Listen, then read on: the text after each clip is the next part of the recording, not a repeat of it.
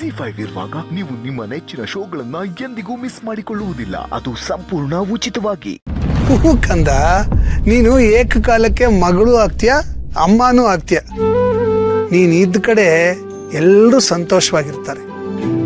ಒಂಥರ ಸ್ಕೂಲಲ್ಲಿ ಟೀಚರು, ಮನೆಯಲ್ಲಿ ಮಾನಿಟರು. ಎಲ್ಲವನ್ನು ಗಮನಿಸ್ತಾ ಇರ್ತೀಯ, ಎಲ್ಲವನ್ನು ಸರಿಯಾಗಿ ನಿಭಾಯಿಸ್ತಾ ಇರ್ತೀಯ. ಒಂಚೂರು ವ್ಯತ್ಯಾಸ ಆಗಕ್ ಬಿಡಲ್ಲ. ನೀವು ಮತ್ತೆ ಗೌತಮ್ ಅವರು ಸರಿಯಾಗಿದ್ದೀರಾ. ಇಬ್ರು ಸೇರಿ ನನ್ನನ್ನು ಎಷ್ಟು ಹೊಗಳ್ತೀರಾ ಅಂದ್ರೆ ನನ್ನಂಥವಳು ಇನ್ನೊಬ್ಳು ಇಲ್ಲ, ನನ್ ಬಿಟ್ರೆ ಯಾರು ಇಲ್ಲ ಅನ್ನೋ ತರ ಹೊಗ್ಳಿ ಅಟ್ಟಕ್ಕೇರಿಸ್ಬಿಡ್ತೀರಾ. ನೋಡಿ, ಅಷ್ಟು ಎತ್ತರಕ್ಕೆ ಏರ್ಸಕ್ ಹೋಗ್ಬೇಡಿ, ಬಿದ್ರೆ ನನ್ನ ಕೈ ಕಾಲೆಲ್ಲ ಮುರಿದೋಗುತ್ತೆ. ವಿಪರೀತ ಹೋಳ್ತೀರಾ ನೀವು. ಒಂದೊಂದ್ಸಲ ಹೆಂಗಾಗುತ್ತೆ ಅಂದ್ರೆ 4-5 ಗುಲಾಬ್ ಜಾಮೂನ್ ಒಟ್ಟಿಗೆ ತಿಂದ್ರೆ ಹೆಂಗಾಗುತ್ತಲ್ಲ ಆ ರೀತಿ ಹೋಗ್ಬಿಡುತ್ತೆ. ಅತಿ ಆದ್ರೆ ಯಾವ್ದು ಒಳ್ಳೇದಲ್ಲ ಅಂತ ನೀವೇ ಹೇಳಿದ್ದೀರ ತಾನೆ. ಅಳಿಯಂದ್ರು ಹೀಗೆ ಹೇಳ್ತಾರೆ, ನೀನು ಹೀಗೆ ಹೇಳ್ತೀಯ. ನಾನೇನಮ್ಮ ಮಾಡ್ಲಿ? ಈಗ ಒಳ್ಳೆತನಕ್ಕೆ ಒಂದು ಒಲಿಂಪಿಕ್ ಸ್ಪರ್ಧೆ ಇಟ್ರೆ ನೀನು ಅಳಿಯಂದ್ರು ಇಬ್ರು ಫಸ್ಟ್ ಬಂದ್ಬಿಡ್ತೀರ. ಬಹುಮಾನನ ಸಮಾನವಾಗಿ ಹಂಚ್ಬೇಕಾಗತ್ತೆ, ಅಷ್ಟು ಒಳ್ಳೆಯವ್ರು ನೀವಿಬ್ರು. ಅಪ್ಪ, ಇದ್ಯಾಕೋ ಸ್ವಲ್ಪ ಓವರ್ ಆಗೋಯ್ತು. ಒಳ್ಳೆತನಕ್ಕೆ ಒಲಿಂಪಿಕ್ ಸ್ಪರ್ಧೆ ಅಂತ. ಈಗ ನಾನು ಹೇಳೋದನ್ನ ಕೇಳಿ, ಈ ರೀತಿ ಒಂದು ಇನ್ಸಿಡೆಂಟ್ ಆಗಿದೆ ಅಂತ ನೀವು ಅದನ್ನ ತಲೆಯಲ್ಲಿ ಇಟ್ಕೊಂಡು ಟೆನ್ಷನ್ ಮಾಡ್ಕೊಳಕ್ ಹೋಗ್ಬೇಡಿ. ನಾನಿದ್ದೀನಲ್ಲ, ನಾನೆಲ್ಲ ನೋಡ್ಕೋತೀನಿ. ಯಾಕೆ ಹೇಳ್ತಿದ್ದೀನಂದ್ರೆ, ಒಲಿಂಪಿಕ್ಸ್ ಅಲ್ಲಿ ಟೆನ್ಷನ್ ಮಾಡ್ಕೊಳ್ಳೋದಕ್ಕೆ ಯಾವ್ದಾದ್ರು ಸ್ಪರ್ಧೆ ಇಟ್ರೆ ಅದ್ರಲ್ಲಿ ನೀವು ಫಸ್ಟ್ ಬರ್ತೀರಾ, ಅದಕ್ಕೆ. ರೀ ತಿಂಡಿ. ನಿಮ್ಮಮ್ಮ ಕರೀತಿದ್ದಾಳೆ, ನಾ ಮತ್ತೆ ಕಾಲ್ ಮಾಡ್ತೀನಿ, ಸರಿನಾ? ಓಕೆ ಓಕೆ, ಬಾಯ್. ಮಹಿಮಾ, ತಿಂಡಿ ಟೈಮ್ ಆಯ್ತು, ಬಾಕಂದ. ರೀ, ನಿಮ್ಗೆ ಇನ್ನೊಂದು ಇಡ್ಲಿನೇ ಬಡಿಸ್ಲಾ ಇಲ್ಲ ರೈಸ್ ಬಡಿಸ್ಲಾ? ರೈಸ್ ಹಾಕು. ಅರ್ಜೆಂಟಲ್ಲಿ ಮಾಡಿದ್ದೀನಿ, ಹೇಗಾಗಿದ್ಯೋ ಏನೋ ಗೊತ್ತಿಲ್ಲ. ಚೆನ್ನಾಗಿಲ್ಲ ಅಂದ್ರೆ ದಯವಿಟ್ಟು ಬೈಕೋಬೇಡಿ. ಚೆನ್ನಾಗಿದೆ ಕಣೆ. ಆಕ್ಚುಲಿ ಏನ್ ಗೊತ್ತಾ, ನೀನು ಅರ್ಜೆಂಟಾಗಿ ಮಾಡಿದಾಗ ಅಡುಗೆ ಚೆನ್ನಾಗಾಗುತ್ತೆ. ಚೆನ್ನಾಗಿ ಮಾಡಬೇಕು ಅಂತ ಟೈಮ್ ತಗೊಂಡು ಮಾಡಿದಾಗ ಕೈ ಕೊಟ್ಬಿಡುತ್ತೆ. ಇದು ಎಷ್ಟು ಚೆನ್ನಾಗಿದೆ ಅಂದರೆ ನಿನಗೋಸ್ಕರ ನನ್ನ ಕಡೆಯಿಂದ ಒಂದು special compliment. Super. Thank you. ಕಂದ, ನಿಂಗೊಂಚೂರು ರೈಸ್ ಹಾಕಿ. ಬೇಡಮ್ಮ. ಅಪ್ಪ, ಅಷ್ಟು ಚೆನ್ನಾಗಿದೆ ಅಂತ ಹೊಳ್ತಾ ಇದ್ರೆ ತಿನ್ನೋ. ಸಾಕಮ್ಮ. ನಿಂಗೇನಮ್ಮ ಕೊಡ್ಲಿ? ರೈಸೇ ಕೊಡಿ.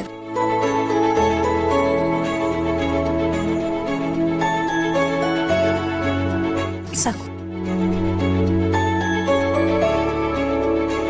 ನಂದು ಇಡ್ಲಿನೇ ಕೊಡ್ಲೇನೋ? ಬೇಡಮ್ಮ. ಸುಸ್ತಾಗಿ ಹೋಗುತ್ತೆ ಕಂದ. ಬೇಡ ಅಂತ ಹೇಳಿದ್ನಮ್ಮ, ನನಗೆ ಹಸಿವಿಲ್ಲ.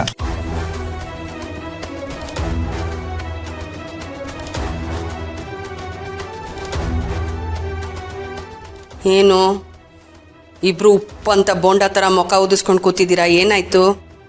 ಏನೂ ಇಲ್ಲ. ಏನಿಲ್ಲ ಅಂದಮೇಲೆ ಒಂಚೂರು ರೈಸ್ ತಿನ್ನು. ಅಮ್ಮ, ಹಸಿವಿಲ್ಲ ಅಂತ ಹೇಳ್ತಿದ್ದೀನಲ್ವಾ, ಯಾಕೆ ತೊರಗ್ತಿದ್ಯಾ? ಜೀವ ಜೀವ, ಇದೇನ್ರಿ ಬಂತು ಇವ್ಗೆ? ಪುಡಿ, ನಿಂಗೊಂಚೂರು ಚಟ್ನಿ ಹಾಕ್ಲೇನೆ? ಇಲ್ಲ ಮೇಡಮ್. ನೀನ್ ಯಾಕಮ್ಮ ಹೋಗ್ತಿದ್ಯಾ? ಮಹಿಮಾ,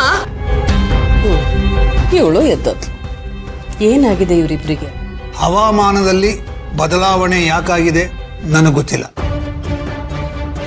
ಈಗಿನ ಕಾಲದ ಹುಡುಗರೇ ಇಷ್ಟು. ಎಲ್ಲದಕ್ಕೂ ನಾವು ಮೆಚುರಿಟಿ ತುಂಬ ಇದೆ ಅನ್ನೋ ಥರ ಬಿಹೇವ್ ಮಾಡ್ತಾರೆ. ಚಿಕ್ಕದಕ್ಕೆ ಒಳ್ಳೆ ಹಿಂಗೆ ಕಿತ್ತಾಡ್ಕೊಂಡು ಕೂತ್ಕೋತಾರೆ. ಇದಕ್ಕಿಂತ ನಮ್ಮ ಕಾಲನೇ ಚೆನ್ನಾಗಿತ್ತು. ಬಾಯ್ ತುಂಬ ಮಾತಾಡ್ತಾ ಇದ್ವಿ, ನಿಮ್ಗಳ ಹತ್ರ ಬೈಸ್ಕೊತಾ ಇದ್ವಿ, ತೆಪ್ಪಗಾಗೋಗ್ತಾ ಇದ್ವಿ. ನೀನೆಲ್ಲ ತೆಪ್ಪಗಿರ್ತಿದ್ದೆ? ನಾನು ತಾನೇ ತೆಪ್ಪಗಾಗೋದು. ನೋಡಿ, ಬೇಡ. ನಾವು ಜಗಳ ಆಡೋದು ಬೇಡ. ಮೊದಲು ಅವ್ರಿಗೇನಾಗಿದೆ ವಿಚಾರಿಸು. ಸರಿ, ನಾನು ಆಮೇಲೆ ವಿಚಾರಿಸ್ಕೊತೀನಿ. ನೀವು ತಿಂಡಿ ಮುಗಿಸಿ. ನೀನು ತಿನ್ಬಿಡು. ನಾನು ಇಷ್ಟು ಬೇಗ ಎಲ್ರಿ ತಿಂತೀನಿ, ಆಮೇಲೆ ತಿಂತೀನಿ. ಇನ್ನೊಂಚೂರು ರೈಸ್ ಹಾಕ್ಲಾ? ಸ್ವಲ್ಪ ಹಾಕೊಳ್ಳಿ, ಚೆನ್ನಾಗಿದೆ ಅಂದ್ರಲ್ಲ. ಹುಷಾರಾಗಿ ಹೋದ್ರಿ ಚಾದ್ಯ.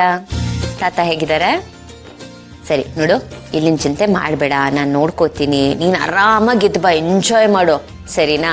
ನಾನು ಹಿಂಗಾಗ ಕಾಲ್ ಮಾಡ್ತಿರ್ತೀನಿ, ನೀನು ಬೋರ್ ಆದಾಗ ನನಗೆ ಕಾಲ್ ಮಾಡು, ಸರಿನಾ? ಓಕೆ, ಮಾಡ್ತೀನಿ. ಬಾಯ್. ಹಾಂ ಪಾರ್ಥ ಅವ್ರೆ. ಅದಕ್ಕೆ ನೀವು ಮಲ್ಲಿ ಅದಕ್ಕೆ ಜೊತೆ ಮಾತಾಡೋದನ್ನ ಕೇಳಿ ನಂಗೆ ನಿಜವಾಗ್ಲೂ ತುಂಬಾ ಖುಷಿ ಆಯಿತು. ಖುಷಿ ಯಾಕೆ? ಹಾಂ, ಅದಕ್ಕೆ ಮಲ್ಲಿ ಅದಕ್ಕೆ ನಿಮಗೆ ಒಡ ಹುಟ್ಟಿದ ತಂಗಿ ಅಲ್ಲ, ಬಟ್ ಆದ್ರೂ ಒಡ ಹುಟ್ಟಿದವ್ರಿಗಿಂತ ತುಂಬ ಚೆನ್ನಾಗಿದ್ದೀರಾ ನೀವು. ನಿಮ್ಮಿಬ್ಬರ ಮಧ್ಯೆ ಆ ಒಂದು ಬಾಂಡಿಂಗ್ ಇದೆ. ನಿಮ್ಮನ್ನು ಅವ್ರು ಅರ್ಥ ಮಾಡ್ಕೊಂಡಿದ್ದಾರೆ, ಅವ್ರನ್ನ ನೀವು ಅರ್ಥ ಮಾಡ್ಕೊಂಡಿದ್ದೀರಾ. ನಿಮ್ಮಿಬ್ಬರ ಮಧ್ಯೆ ಆ ಒಂದು ಮ್ಯೂಚುವಲ್ ರೆಸ್ಪೆಕ್ಟ್ ಇದೆ, ಟ್ರಸ್ಟ್ ಇದೆ. ಇದನ್ನೆಲ್ಲ ನೋಡುವಾಗ ನಿಜವಾಗ್ಲೂ ತುಂಬಾ ಖುಷಿ ಆಗುತ್ತೆ ನನಗೆ. ಒಂದು ರಿಲೇಷನ್ಶಿಪ್ ಹೇಗಿರಬೇಕೋ ಹಾಗಿದೆ. ಪ್ರಪಂಚ ನಾವು ಅಂದ್ಕೊಂಡಷ್ಟು ಕೆಟ್ಟಾಗಿಲ್ಲ ಅಂತ ನನಗೇನೋ ಒಂಥರ ಹೋಪ್ ಸಿಗುತ್ತೆ. So nice. ಬಟ್ ಇದ್ರ ಮಧ್ಯೆ ಬೇಜಾರಿನ ವಿಷಯ ಏನು ಅಂದರೆ, ಏನು ಅಲ್ದಿರೋ ಮಲ್ಲಿ ಅದಕ್ಕೆ ನಿಮ್ಮ ಜೊತೆ ಅಷ್ಟು ಚೆನ್ನಾಗಿದ್ದಾರೆ. ಆದರೆ ನಿಮ್ಮ ಸ್ವಂತ ತಂಗಿಯ ಅಪೇಕ್ಷೆ ನಿಮ್ಮನ್ನು ವೈರಿ ಥರ ನೋಡ್ತಾರೆ. ಇನ್ಫ್ಯಾಕ್ಟ್ ಮಲ್ಲಿ ಅದಕ್ಕೆ ಇದ್ದ ಹಾಗೆ ಅವ್ರು ನಿಮ್ಮ ಜೊತೆ ಇರಬೇಕಾಗಿತ್ತು. ಅವ್ರು ನಿಮ್ಮನ್ನ ತುಂಬಾ ತಪ್ಪಾಗಿ ತಿಳ್ಕೊಂಡಿದ್ದಾರೆ. ಅದಕ್ಕೆ ನಿಮ್ಮನ್ನ ಅರ್ಥ ಮಾಡ್ಕೊಳ್ಳೋದಕ್ಕೆ ಅವ್ರು ಟ್ರೈಯೇ ಮಾಡ್ತಾ ಇಲ್ಲ. ಐ ಮೀನ್, ಯಾಕೆ ನಿಮ್ಮ ಮೇಲೆ ಅಷ್ಟೊಂದು ಕೋಪ, ದ್ವೇಷ ಅನ್ನೋದೇ ನಂಗೆ ಅರ್ಥ ಆಗ್ತಾ ಇಲ್ಲ. ಇರ್ಲಿ ಬಿಡಿ ಪಾರ್ಥ ಅವರೇ, ಇದೆಲ್ಲ ಒಂದು ಟೈಮ್ ಅಷ್ಟೇ. ಹೋಗ್ತಾ ಹೋಗ್ತಾ ಎಲ್ಲ ಸರಿ ಹೋಗುತ್ತೆ, ಅವಳಿಗೆ ಎಲ್ಲ ಅರ್ಥ ಆಗುತ್ತೆ. ನನ್ಗೆ ಆ ಥರ ಅನಿಸ್ತಾ ಇಲ್ಲ. ಅದಕ್ಕೆ ಅವರು ಮದುವೆಗಿಂತ ಮುಂಚೆ ಇದ್ದ ಅಪೇಕ್ಷೆ ಥರ ಇಲ್ಲವೇ ಇಲ್ಲ. ಅವ್ರ ಬಿಹೇವಿಯರಲ್ಲಿ ತುಂಬಾ ಚೇಂಜಸ್ ಆಗಿದೆ. ಆದರೆ ಯಾಕೆ ಅಷ್ಟೊಂದು ಚೇಂಜ್ ಆದರು ಅನ್ನೋದು ನಂಗೆ ಅರ್ಥ ಆಗ್ತಾ ಇಲ್ಲ. ನಿಮ್ಮೇಲಿರೋ ಕೋಪ ಒಂದೇ ಕಾರಣ ಅಂತ ನಂಗೆ ಅನಿಸ್ತಾ ಇಲ್ಲ. ಅದಕ್ಕೆ ಯಾರಾದರೂ ಅವ್ರ ತಲೆ ಕೆಡಿಸೋ ಕೆಲಸ ಮಾಡ್ತಾ ಇದ್ದಾರಾ? ಅವ್ರನ್ನ ಮೆನಿಪ್ಯುಲೇಟ್ ಮಾಡ್ತಾ ಇದ್ದಾರಾ? ಒಂದೊಂದು ಟೈಮ್ ಅದಕ್ಕೆ ಅವ್ರು ಮಾತಾಡೋದು ಕೇಳಿದ್ರೆ ಇದು ಅವ್ರದ್ದು ಮಾತು ಅಂತ ಅನ್ಸುತ್ತೆ ನನಗೆ. ಯಾರನ್ನೋ ನೋಡಿ, ಯಾರೋ ಹೇಳಿದ್ದನ್ನು ಕೇಳಿ ಅವ್ರು ಚೇಂಜ್ ಆಗ್ತಾ ಇದ್ದಾರಾ? ಹಾಗೆಲ್ಲ ಚೇಂಜ್ ಆಗೋದಾಗಿದ್ರೆ ನಿಮ್ಮನ್ನು ನೋಡಿ ನಿಮ್ಮಿಂದ ಕಲಿತು ಒಳ್ಳೆ ರೀತಿಯಲ್ಲಿ ಚೇಂಜ್ ಆಗ್ಬೋದಾಗಿತ್ತಲ್ಲ. ಅದಕ್ಕೆ ನಾನು ಆಗಲೇ ಹೇಳಿದಾಗೆ ಅದಕ್ಕೆ ನಂಗೆ ಸ್ಟ್ರಾಂಗ್ಲಿ ಅನಿಸುತ್ತೆ ಯಾರೋ ಅವ್ರು ಬ್ರೈನ್ ವಾಶ್ ಮಾಡ್ತಾ ಇದ್ದಾರೆ ಅಂತ. ನಿಮ್ಗೇನು ಅನ್ಸುತ್ತೆ? ಅದಕ್ಕೆ ನಿಮ್ಗೇನು ಆ ಥರ ಡೌಟ್ ಬರ್ತಾ ಇಲ್ವಾ? ನನಗೆ ಹಾಗೇನು ಅನ್ಸಲ್ಲ ಪಾರ್ಥ ಅವರೇ. ಅದು ನಮ್ಮ ಅಪ್ಪಿಗೆ ಅಷ್ಟು ಮೆಚ್ಯೂರಿಟಿ ಇಲ್ಲ. ಒಳ್ಳೇದು ಹೇಳೋರೆ ಕೆಟ್ಟವರು ಅಂತ ಅನ್ಕೊಳ್ಳೋ ವಯಸ್ಸವಳ್ದು. ಸರಿ ಹೋಗುತ್ತೆ, ಎಲ್ಲಾನು ಸರಿ ಹೋಗುತ್ತೆ. ಎಲ್ಲದಕ್ಕೊಂದು ಟೈಮ್ ಬರಬೇಕು. ಈಗ ನಮ್ಮ ಮಹಿಮಾ ಮತ್ತೆ ಜೀವನ ಎಕ್ಸಾಂಪಲ್ ಆಗಿ ತಗೊಳ್ಳಿ. ಮುಂಚೆ ಅವರಿಬ್ರು ಎಷ್ಟು ಕಿತ್ತಾಡ್ತಿದ್ರು. ಆದರೆ ಈಗ ನೋಡಿ, ಒಂದು ಅಂಡರ್ಸ್ಟ್ಯಾಂಡಿಂಗ್ ಬಂದಿದ್ದಾರೆ, ತಮ್ಮ ಡ್ರೀಮ್ಸ್ನ ಅಚೀವ್ ಮಾಡ್ತಿದ್ದಾರೆ, ಲೈಫಲ್ಲಿ ಸೆಟ್ಲ್ ಆಗ್ತಿದ್ದಾರೆ, ಖುಷಿಯಾಗಿದ್ದಾರೆ. ಲೈಫ್ ಹಾಗೇನೆ ಒಂಥರ ರೋಲರ್ ಕೋಸ್ಟರ್ ರೈಡ್ ಇದ್ದಂಗೆ. ಅದು ಎಷ್ಟು ಖುಷಿ ಕೊಡುತ್ತೆ, ಎಷ್ಟು ಥ್ರಿಲ್ಲಿಂಗ್ ಆಗಿರುತ್ತೆ, ಅಷ್ಟೇ ಕಂಗಾಲು ಮಾಡುತ್ತೆ. ಇನ್ಫ್ಯಾಕ್ಟ್ ಅದಾಗಿರ್ಲೇಬೇಕು. ಹಾಗಿದ್ರೇನೆ ಚಂದ. ಬರೀ ಖುಷಿಯಾಗಿದ್ಬಿಟ್ರೆ ಏನ್ ಚೆನ್ನಾಗಿರುತ್ತೆ, ಬೋರ್ ಹೊಡಿಯಲ್ವಾ? ಅದಕ್ಕೆ ನೋಡಿ, ನೀವೇನು ವರಿ ಮಾಡ್ಕೋಬೇಡಿ. Time will take care of everything. Partha ಅವರೇ, ಪ್ರತಿಯೊಂದು ರಿಲೇಶನ್ಶಿಪ್ ಅಲ್ಲೂ ಒಬ್ರು ಅಗ್ರೆಸಿವ್ ಆಗಿದ್ರೆ ಇನ್ನೊಬ್ರು ಪ್ಯಾಸಿವ್ ಆಗಿರ್ಬೇಕು, ಮೈಲ್ಡ್ ಆಗಿರ್ಬೇಕು. ಈಗ ಒಂಚೂರು ಹರ್ಟ್ ಆದ್ರೂ ಎಲ್ಲಾನು ಅಡ್ಜಸ್ಟ್ ಮಾಡ್ಕೊಂಡು ಹೋಗ್ಬೇಕು, ಆಗ್ಲೇ ಬ್ಯಾಲೆನ್ಸ್ ಆಗೋದು. ಸೊ ನೀವು ನಿಮ್ಮ ತಾಳ್ಮೆನ, ನಿಮ್ಮ ಹೋಪ್ಸ್ನ ಕಳ್ಕೋಬಾರ್ದು. ನನಗೆ ನಂಬಿಕೆ ಇದೆಪ್ಪ, ಅಪ್ಪಿ ಸರಿ ಹೋಗ್ತಾಳೆ.